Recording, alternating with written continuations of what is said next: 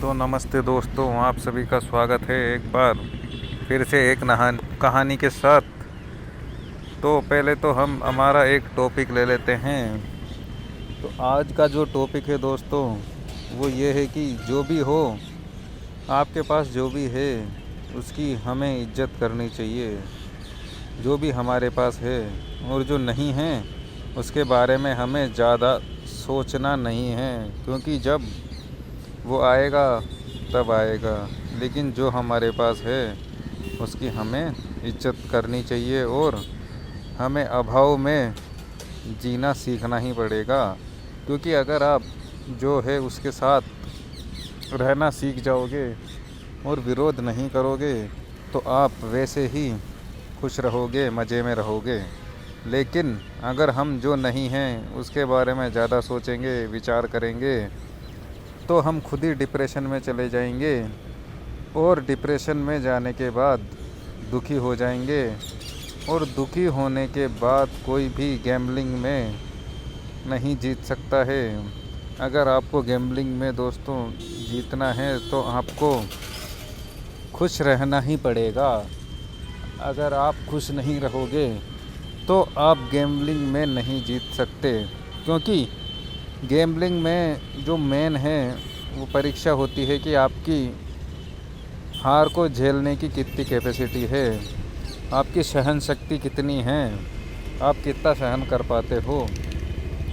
तो वैसे तो सभी बोलते हैं कि हमारी सहन शक्ति बहुत है, लेकिन जब वो खेलने लगते हैं तो उन्हें एक दो बैट हारने के बाद ही गुस्सा आ जाता है और वो उस हार को संभाल नहीं पाते हैं। तो इसलिए हमें अपने साथ बिल्कुल ईमानदार रहना पड़ेगा।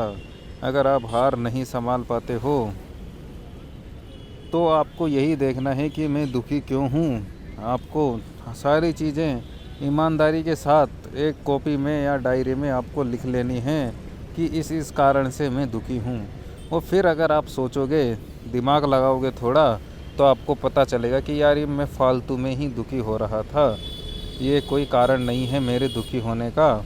इतनी छोटी सी बात में मैं क्यों दुखी हो रहा हूँ फालतू में। तो अधिकतर होता यही है, हम फालतू में दुखी होते रहते हैं और हमें पता ही नहीं रहता कि उसका असली कारण क्या है। तो अगर हम ईमानदारी से दोस्तों लिखेंगे, ईमानदारी रहेंगे, अपने साथ ईमानदारी से रहेंगे, तो हम आसानी से जो भी समस्याएं हैं उनका सामना कर पाएंगे और जो भी प्रॉब्लम है उनका सॉल्यूशन हम निकाल पाएंगे और फिर हम खुश भी रहेंगे।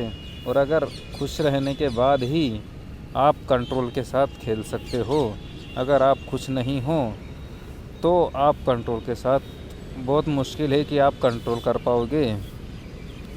और खुश रहने का आप एक नियम भी यही बना सकते हो कि अगर आप अकेले रह के खुश हो तो फिर आपको कोई दुखी नहीं कर सकता। अगर आप अकेले रहना आप सीख गए और अकेले में आपने मज़ा लेना आपने सीख लिया, तो फिर आपको कोई दिक्कत नहीं होगी, आप आसानी से कंट्रोल कर पाओगे। अकेले का मतलब ये नहीं है कि आप किसी दूसरे के साथ नहीं हो, किसी लड़की के साथ नहीं हो। अकेले का मतलब होता है अकेला। हो सकता है आप फ़ोन के साथ हो सकता है आप टीवी के साथ हो सकता है आप नेटफ्लिक्स देखते हो सकता है आप वीडियो गेम खेलते हो सकता है आप पॉर्न वीडियो देखते हो। तो ये भी दूसरे के साथ ही रहना है। अकेले का मतलब है आप स्वयं के साथ रहते हो और फिर आपको आनंद मिले। तो ऐसा आनंद आपको अगर उदाहरण के लिए समझाया जाए तो जब आप सो जाते हो तो आपके साथ कोई नहीं होता है, लेकिन कभी कभी आपको सोने में भी बहुत मज़ा आता है। तो उसी मज़े को बोलते हैं आनंद, कि अकेले में आनंद पाना। तो जो आदमी ढंग से सो पाता है वह आराम से स्वस्थ उठ पाता है सुबह, क्योंकि उसकी नींद अच्छी हुई है। तो हमें इसका भी ध्यान रखना है कि या हम सो पा रहे हैं या नहीं सो पा रहे हैं। तो दोस्तों अगर खुश रहेंगे तो आसानी से कंट्रोल हो जाएगा, सारी चीज़ें सही रहेगी। खुश रहने के लिए 2-3 उपाय और हैं कि आप दुखी क्यों हों, पहले तो ये आप सोचो। तो दोस्तों आपने कभी सोचा नहीं होगा कि दुखी होने का कारण, तो दुख होने का कारण ये होता है कि हमारा मन और हमारा शरीर हमारा कहना नहीं मानता है और हम सोचते हैं कि दूसरा भी हमारा कहना माने, और इसीलिए लड़ाई झगड़े चलते रहते हैं कि इसने मेरा कहना नहीं माना, इसने मेरे साथ ये किया वो किया। लेकिन हमें ये देखना है कि क्या हमारा शरीर हमारा कहना मान रहा है, क्या हमारा मन हमारे साथ है। अगर नहीं है तो आपको उसे एक करना होगा। एक करने के लिए आपको ऐसा नहीं है कि आप एक ही बार में एक कर पाओगे। धीरे धीरे प्रैक्टिस करते करते आप आराम से उस पे काबू पा सकते हो, और उसे पे काबू पाने का एक ही रास्ता है। आपको जो भी करना है उसको शांति से और देखते हुए करना है। बिना सोचे समझे जल्दबाजी में कोई काम नहीं करना है। आपको पता रहे कि ये काम आप कर रहे हो, बस ये सीधा सा रास्ता है। आपका पूरा कंट्रोल आपके हाथ में आ जाएगा। और मैं भी यही कर रहा हूँ, इसी की प्रैक्टिस करता हूँ। एक बार में आपको एक ही काम करना है, मल्टीटास्किंग बिल्कुल बंद कर देनी है, क्योंकि दिमाग बना ही नहीं है मल्टीटास्किंग के लिए। दिमाग एक बार में एक ही काम कर सकता है। आप उसको इधर से उधर स्विच की तरह घुमा सकते हो तो उसमें हमारा ही दिमाग ख़राब होगा। आपको ज़रूर लगेगा कि आप 5 काम एक साथ कर रहे हो, लेकिन आपका दिमाग हर बार एक काम से दूसरे काम पे इधर उधर जा रहा है, तो इसलिए वो शांत नहीं रह पाएगा।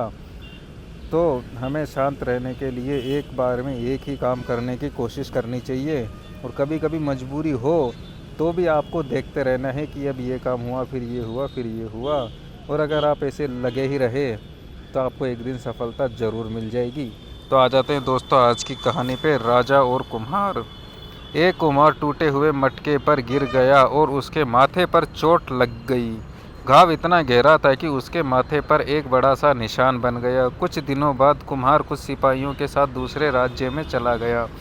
उस राज्य के राजा ने जब उसके माथे पर वह निशान देखा तो वह समझ बैठा कि यह किसी युद्ध में लगे घाव का निशान है और कुम्हार एक वीर योद्धा है। राजा ने उस कुम्हार को अपनी सेना का सेनापति बना दिया। कुछ दिनों बाद पड़ोसी राजा ने उस राज्य पर हमला कर दिया। राजा ने देखा कि नया सेनापति युद्ध में जाने के नाम से कांप रहा है। राजा ने उससे पूछा, बताओ यह घाव का निशान तुम्हारे माथे पर कैसे पड़ा। कुम्हार ने उस घाव की सच्ची कहानी राजा को सुनाई। फिर वह गिड़गिड़ाते हुए राजा से बोला, कृपया मुझे आपकी तरफ से युद्ध पर जाने दें। राजा ने जवाब दिया, मैं तुमसे नाराज नहीं हूँ, पर तुम सैनिक नहीं हो, मैं तुम्हें युद्ध में जाने की अनुमति नहीं दे सकता। कुम्हार वापस अपने गांव चला गया। नैतिक शिक्षा मिलती है, किसी व्यक्ति को उसके चेहरे से नहीं आंकना चाहिए। तो दोस्तों इस कहानी से भी हम गैम्बलिंग में क्या सीख सकते हैं। तो गैम्बलिंग में हम यही सीख सकते हैं कि जो गैम्बलिंग में डीलर होता है, जो पत्ते चलाता है, वो अधिकतर लड़की होती है। तो उसकी शक्ल को देख के ही हम सोचते हैं, वाह यार कितनी मस्त लड़की है, अब पैसे हार भी जाए तो कोई दिक्कत नहीं है। तो ऐसा हमें नहीं सोचना है, क्योंकि आज के ज़माने में सबसे ज़्यादा इम्पोर्टेंट ही दोस्तों पैसा होता है। और हमें गैम्बलिंग खेलते समय ज़्यादा विचार नहीं रखने चाहिए। हालांकि अगर आप गैम्बलिंग खेलोगे या कोई भी नशा अगर आप करोगे तो आपके विचार ऑटोमेटिक ही ज़्यादा हो जाते हैं, मुझे ऐसा लगता है। लेकिन जो पीते होंगे उन्हें ज़्यादा पता होगा। मैं तो बहुत कम बार पिया हूँ, ज़िंदगी में 4 या 5 ही बार पिया होऊंगा। लेकिन मुझे ऐसा एक्सपीरियंस होता है कि अगर कोई किसी भी नशे में जाता है तो उसे विचार बहुत ज़्यादा हो जाते हैं। नशे में आदमी सपने में भी जाता है। अगर कोई आदमी सपना देख रहा है तो वो उस टाइम होश में नहीं रहता, तो उस टाइम विचार बहुत ज़्यादा होते हैं, तभी वो विचार उसका सपना बन जाते हैं। तो दोस्तों आज हमने यही सीखा कि किसी भी व्यक्ति को उसके चेहरे से नहीं आंकना चाहिए। हमें सभी को समान नज़रिए से देखना चाहिए। और गैम्बलिंग खेलते समय भी हमें हर बज्जी को समान तरीके से लगाना चाहिए। लेकिन अधिकतर होता यह है कि अगर आप 10-12 बेट जीत चुके हो तो फिर हम आ जाते हैं कॉन्फिडेंस में और हम अंधाधुंध पेलने लग जाते हैं। और फिर बाद में पता लगता है कि गैम्बलिंग ने हमको पेल दिया। तो इसलिए आपको हर बेट सोच समझ के लगानी है। और हो सके तो आप अपने पास कैश रख के खेलो। जैसे मान लो कि आपके पास ज़्यादा पैसे नहीं हो तो आप कम से कम 500 रुपये कैश अपने पास रखो। और कैश भी आपको 500 का एक नोट नहीं रखना है, 100 के आपको 5 नोट रखने हैं या फिर 50 के 10 नोट आपको अपने पास रखने हैं। तो जब भी आप 100 रुपये की बेट लगाओगे उस टाइम अपने हाथ में कैश रख के, तो आप ये सोचोगे कि ये 50 रुपये मेरे दाव पे लग रहे हैं, तो क्या मैं सही जगह बेट लगा रहा हूँ। तो ये आपके अंदर माइंड में विचार आ जाएगा। और अगर आप बिना कैश रखे खेलोगे तो जैसा कि पहले खेलते थे आप वैसा ही खेलोगे। हो सकता है आप 10-10 हज़ार की बेट भी लगाने लग जाओ, वो फिर आपको पता नहीं चले कि 10,000 रुपये कितने होते हैं। 10,000 रुपये 100 के 100 नोट होते हैं, तब जाके 10,000 अमाउंट होता है दोस्तों। लेकिन जब हम हार जाते हैं तब हमें पता चलता है कि इतना पैसा चला गया, लेकिन जब आप खेल रहे होते हो तब आपको आइडिया नहीं रहता है। तो ये गैम्बलिंग वालों की चाल होती है सीधी सीधी। इन्होंने पैसे को कॉइन में कन्वर्ट कर दिया और फिर आदमी जैसे कॉइन लगाता है वैसे ही वो पैसे भी लगा देता है। तो इसलिए हमें खेलते समय कैश हमारे पास ज़रूर रखना चाहिए और कैश रख के ही आपको गेम प्ले करना चाहिए। तो आज के लिए इतना ही दोस्तों, मिलते हैं अगले वीडियो में। वीडियो देखने के लिए बहुत बहुत धन्यवाद।